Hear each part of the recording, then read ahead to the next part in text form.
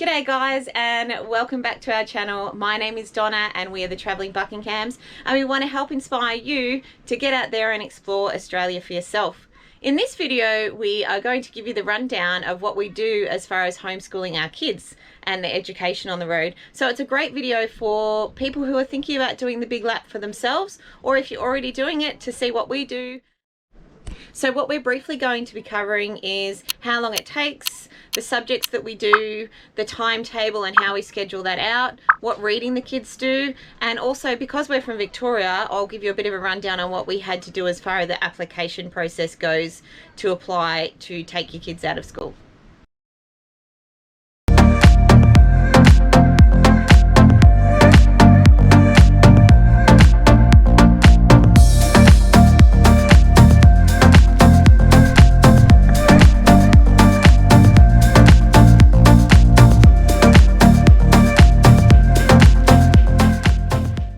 We try and make it pretty simple. So every Monday, Tuesday, Wednesday, Thursday, Friday, first thing we do is we try and get them ready for 8:30 and we start homeschooling at that time. Usually by 10:30, 11 we can have it done if we can keep the kids focused. It's usually half an hour per subject and it's each lesson. So if they've got a lesson 1 that they do on spelling, then they have to get that completed. Okay, so today we've pulled into a caravan park and we're catching up on all our schoolwork. We do this every day. We basically do maths and 2 other subjects. 2 subjects. So tell me, Tex, how many subjects do you do per week? 8.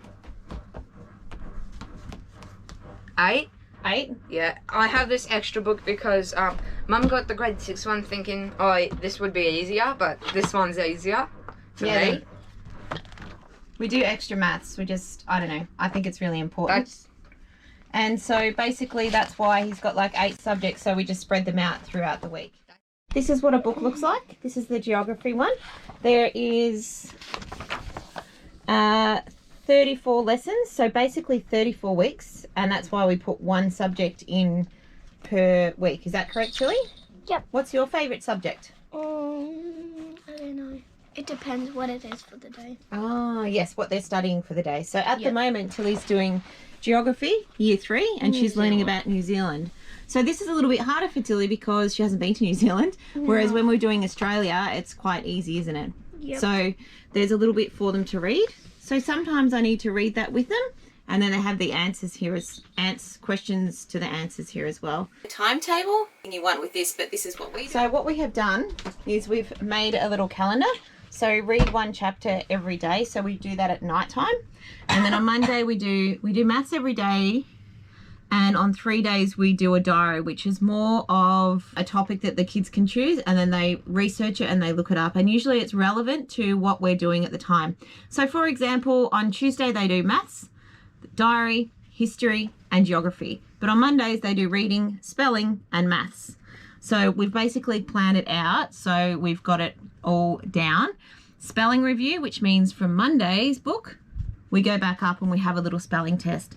Then we do Italian and we do times tables. So Friday and Mondays are a little bit easier, just to make the life a little bit more enjoyable. Reading.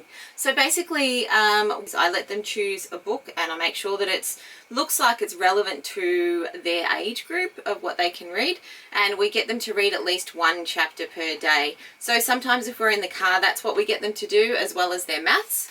And at night time we try and get them to read a chapter at night time as well. The good thing is when we get them into a bit of a routine, they really do enjoy it, and the key is to get them off their technology. That makes a big difference to us. So Tex is now reading the Harry Potter series, and Tilly's reading this series called Wolf Girl, and they seem like they're loving it. So with journaling, we did do journaling every day last year, and it was a real struggle to get them to do it. So this year I said to them that we'd try something a little bit different. So on Tuesdays, Wednesdays and Thursdays, I get them to do a little bit more like topic writing, I guess, where they can have a subject that they would like to learn about. They can do the research, they write their dot points, and then they do a couple of paragraphs about that. For example, we just recently did the Tasmanian tiger and the Tasmanian devil.